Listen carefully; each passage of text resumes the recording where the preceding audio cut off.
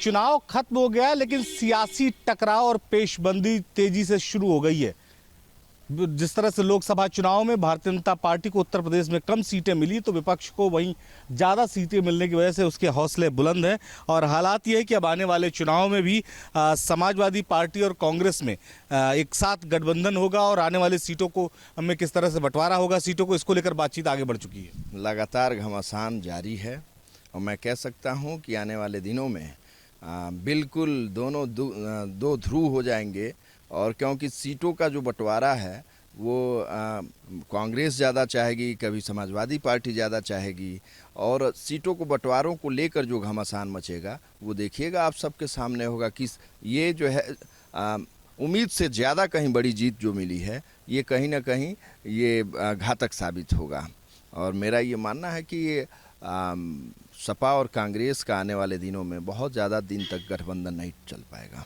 ठीक है, कैसे ये सियासत को देख रहे हैं, क्योंकि अब समाजवादी पार्टी और राहुल गांधी दोनों साथ में हैं। उत्तर प्रदेश में इतनी बड़ी सफलता मिली है, दूसरे राज्यों में भी अब लग रहा है कि तस्वीर कुछ निकलेगी, लेकिन अखिलेश के सामने मजबूरी है कि किस तरह से ज़्यादा से ज़्यादा कांग्रेस की सीटें पाएँ वो।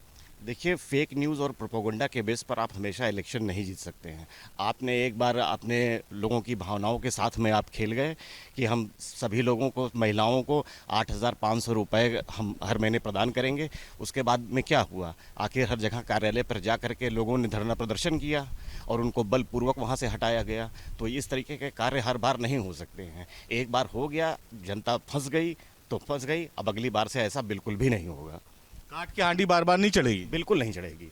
एक बार चढ़ना था, चढ़ गई, अब आगे बिल्कुल नहीं चढ़ेगी। ठीक है, जिस तरह की सियासत कम से कम समाजवादी पार्टी और कांग्रेस कर रही थी, ऐसे में मतदाता के सामने बड़ी ओपू की स्थिति थी पिछले लोकसभा चुनाव में। मतदाता शायद पिछली बार उनके जो वादे थे, उनके जो दावे थे, उनको समझ पाए, लेकिन आने वाले जो चुनाव हैं उसमें मतदाता क्या सोचेगा? मतदाता यही सोचेगा कि उसका फ़ायदा कहाँ है। देखिए, 8,000 8,500 रुपया महीना देंगे खटाखट, इसका कोई फ़ायदा होने वाला नहीं है गुरु। देखिए, काट की हांडी एक बार चढ़ती है, बार बार नहीं चढ़ती है। ठीक है, कहाँ संविधान ख़त्म हो गया? इन्होंने एक फेक न्यूज़ चला दी कि संविधान ख़त्म हो जाएगा। कहाँ संविधान ख़त्म हो गया? ना संविधान, सब कुछ तो यही है। और मोदी जी अपना तीसरी गवर्नमेंट चला रहे हैं और बड़े अच्छे से चला रहे हैं। और आते ही उन्होंने विदेश नीति पे काम शुरू कर दिया। सारी 160 दिन का एजेंडा अपना चला दिया, उस पर वो काम कर रहे हैं। लड़के क्या अब आने वाले समय में भी बीजेपी का जो है वो रथ रोक पाएंगे? राहुल गांधी और अखिलेश यादव को लेकर नारे लगे थे कि ये यूपी के लड़के हैं। नहीं, बिल्कुल नहीं रोक पाएंगे। और मैं समझता हूं कि मोदी जी का एजेंडा 100 दिन का अपना एक टारगेट और एक जो है ध्येय के साथ उन्होंने जो है राष्ट्र निर्माण में काम उन्होंने जारी कर दिया है। और रही बात उत्तर प्रदेश में, तो अब मैं ये समझता हूं कि खटाखट अब वैकेंसियां आएंगी, आ रही हैं, और आने वाले दिनों में युवाओं को रोजगार मिलेगा।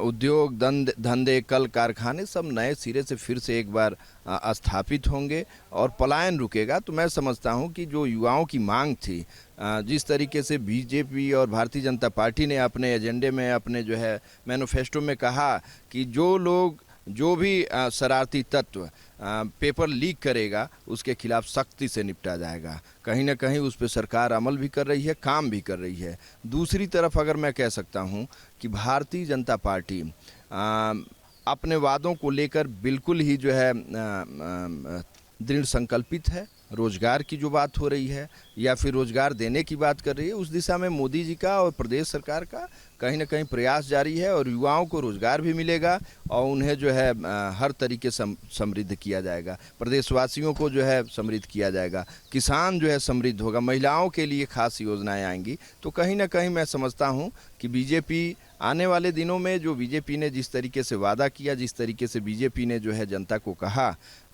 उस वादा को पूरा करने के लिए कहीं ना कहीं दृढ़ संकल्पित है। ठीक है, अखिलेश यादव और राहुल गांधी जिस तरह से लगातार ये दावा कर रहे थे कि बीजेपी की सरकार आ जाएगी, संविधान बदल जाएगा, तब तो बीजेपी की सरकार ही है, संविधान बदल रहा है क्या? और कम से कम मतदाता के मन में, चूंकि अब आगे भी राज्यों में लोग चुनाव लड़ेंगे साथ में मिलकर, अब मतदाता के मन में क्या आएगा?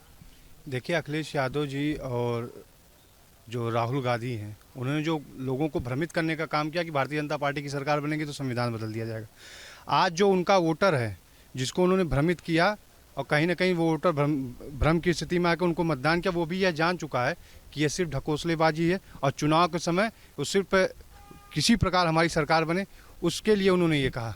भारतीय जनता पार्टी न संविधान के खिलाफ है, भारतीय जनता पार्टी संविधान को अच्छा और मजबूत बनाने के लिए काम करेगी। भारतीय जनता पार्टी संविधान के साथ कोई अनैतिक छेड़छाड़ नहीं करेगी।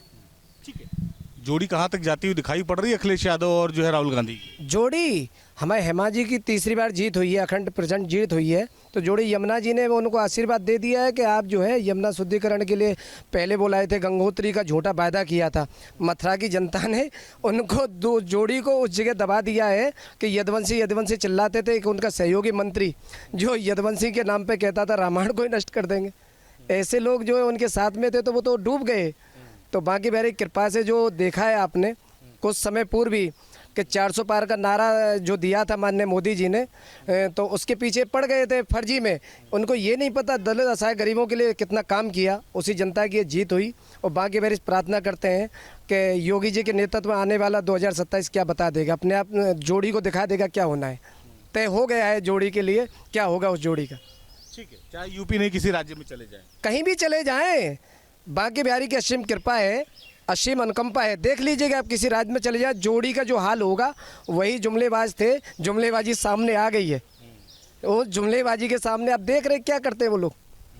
अब इकट्ठा खटाखट इकट्ठा हो गया उनके सबरे पाप, वो ढह जाएंगे यमुना जी में। नोट कर लीजिए। ठीक है, तो फटाफट आप भी बता दीजिए कि 400 सीट पे कहा था बीजेपी ने, अगर 400 सीटें आ जाएगी तो मजबूती के साथ प्रदेश की सरकार चलाएगी। ये अभी कहा था जो है वो विपक्ष ने कि अगर 400 सीटें बीजेपी की आ जाएगी तो संविधान बदल जाएगा। क्या आसान था बीजेपी के लिए संविधान बदल पाना? नहीं, संविधान बदलने का तो प्रोपोगेंडा जो विपक्ष ने चलाया उसमें कहीं ना कहीं यूपी में वो सफल हुए हैं। मध्य प्रदेश में देखिए कहीं इसका कोई असर नहीं हुआ।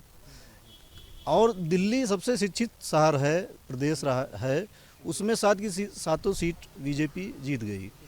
तो ये कहीं कहीं थोड़ा सा जातिवादी मानसिकता के लोगों की वजह से ऐसा हुआ कि उनका कुछ एजेंडा सफल हो गया, खास करके यूपी में। और यूपी में उस एजेंडे का असर इसलिए हुआ क्योंकि बीजेपी में भीतरघात बहुत ज़्यादा हुआ। कुछ पार्टी के लोग ही पार्टी को हराने का काम किए। देखिए कोई बहुत ज़्यादा वोट परसेंट में अंतर नहीं आया है।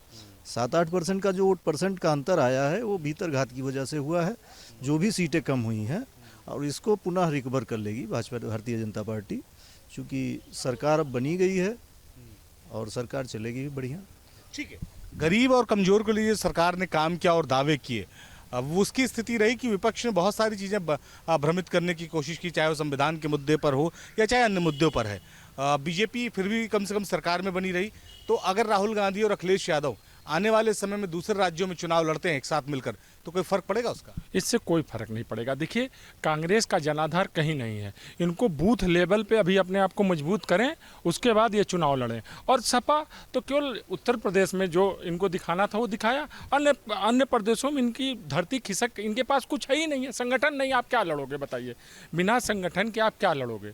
तो ये सब कुछ नहीं है। एक बार इन्होंने छद्म रूप धारण करके जनता को जो है 400 पार मोदी जी का एक नारा था उसको उन्होंने हथियार बना के कि संविधान को ही बदल देंगे, ये करके इन्होंने छद्म रूप से जो है वो कर लिया। बार बार नहीं ये कर पाएंगे। ठीक है, कोशिश की विपक्ष ने कि जो जनता है उसको इस तरह के मुद्दों में उलझाया जाए कि वो बीजेपी के खिलाफ वोट करे, लेकिन उसके बाद भी सरकार चूँकि भारतीय जनता पार्टी यानी एनडीए की जो गठबंधन है उसकी बनी है, लिहाजा जो लोग हैं उनका ये मानना है कि ये अखिलेश यादव और राहुल गांधी की जोड़ी कम से कम दूसरे राज्यों में नहीं चल पाएगी। उसके पीछे कारण है तो जनाधार नहीं, तो दूसरी तरफ अगर हम बात करें कांग्रेस की, तो कांग्रेस के पास कार्यकर्ता नहीं है।